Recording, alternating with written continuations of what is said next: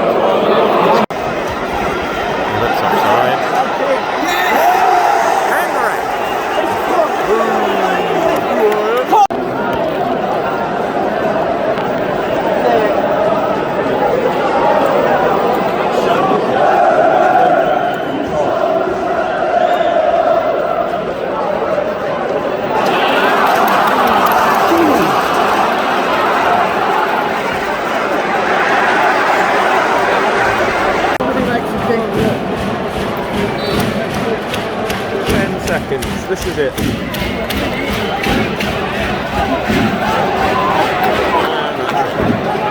GG! Unless you want to give it another chance. Go on, Ref.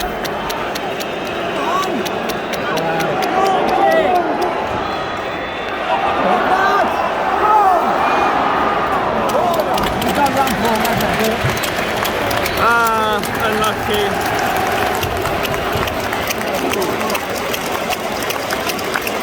So there we go. Unfortunately, Man City did get the better of us. We're going to take a little look at the stats and then my thoughts on the game and a tiny bit of analysis. First things first, the stats. Obviously, we lost 1-0 and it could have been a lot worse. Some of the blocks that our players put in this game were absolutely fantastic. Schmeichel made some decent saves as well, but that doesn't mean that we didn't have chances. We had the Harvey Barnes header that hit the bar. We had a Vestergaard header that was very, very close to doing exactly the same as Harvey's. We had the Vardy chance where he scored, but he was the tiniest bit offside. His knee was offside. Great tackle and through ball to him. Took it round the defender, round the goalkeeper, slotted it away. So much composure. Unfortunately, was offside though. We did have some other chances as well, but I mean, they're so good, Man City. In the first half, they created a ton of opportunities, mainly due to the combination of Jack Grealish and Bernardo Silva, who, by the way, I've said it ever since he joined the Premier League. Bernardo Silva is one of my favourite players to watch in the league. He's so good. So good. He is so tricky on the ball, silky with his dribbling. He's just a very entertaining player. Seems like a really likeable guy as well. There's not much bad that I can say about him. However, he did get very lucky with the goal. For those of you that play FIFA, you'll know all about these kind of goals. Your opponent takes a shot, it bounces off of your defender, falls straight to the other team, and they just tap it into basically an empty net. Really unfortunate, and Man City did get the rub of the green in that sense. They did get a few bounces that went their way that ended up getting them the goal, but also preventing us from having some chances.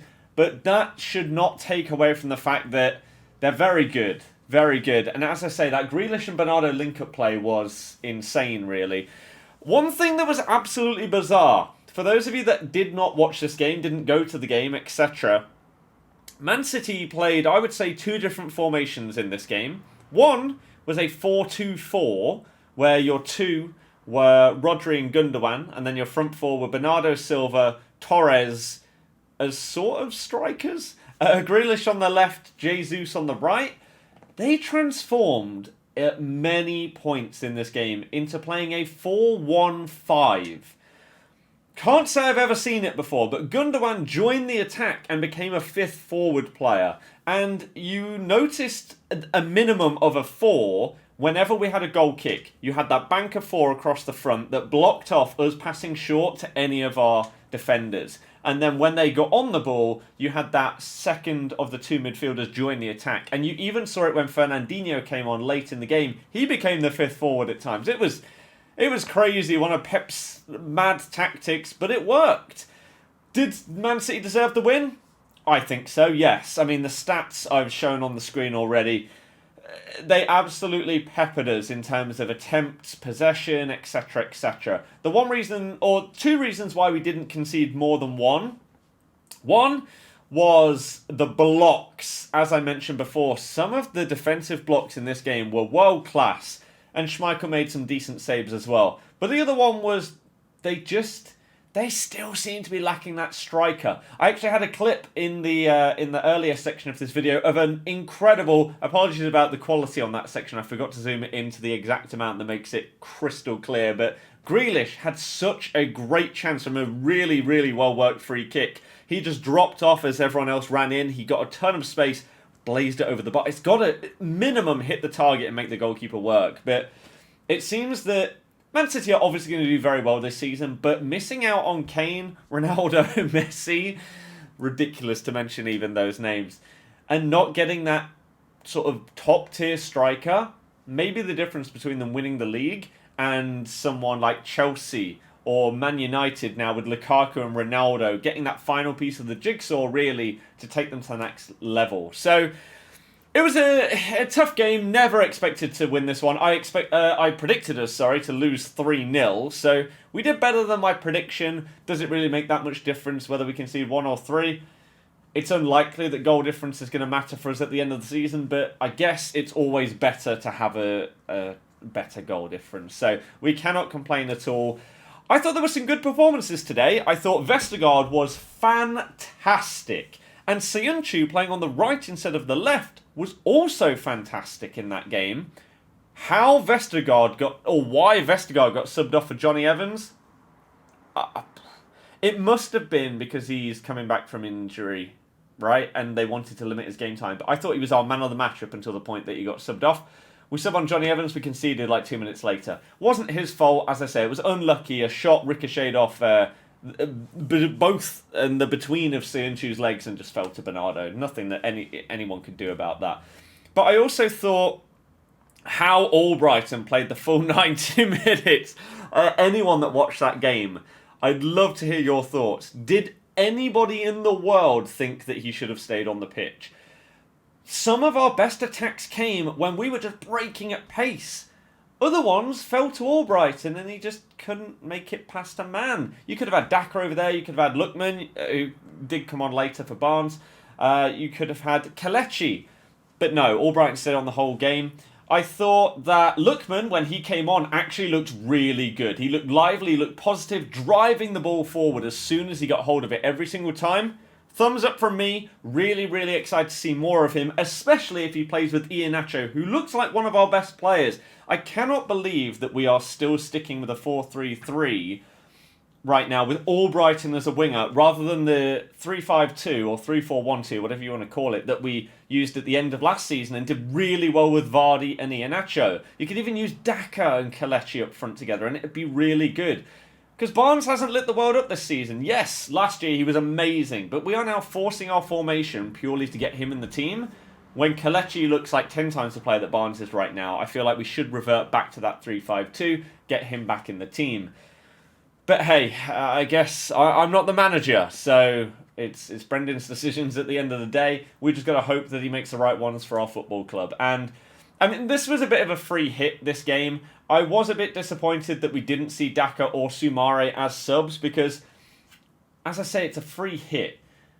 Why not try out the players that you've spent an absolute ton of money on in a game where you expect to lose pretty much going into it? Maybe if we were 3-0 down instead of 1-0 down when it came to about the 60th, 70th minute, maybe you would have brought on them guys to give them a chance. And maybe he thought that with the team that we currently have, he knows them better, they're going to have more of a chance of getting the equaliser. That's the only logical thought that I can have that he would have been thinking in his head. But yeah, pretty much deserved and expected loss. There's not really much else to say. Hopefully you enjoyed this video. We've got another one coming out very, very soon where we're going to be talking about the Premier League in general and how it's been going so far, the return of Ronaldo and all of those things. Basically just a general sort of, okay, the Prem's been going on for a month, how do things stand? So if you are looking forward to more videos, thumb it up, subscribe if you're new, and thank you very much for watching. I'll see you guys next time. Goodbye.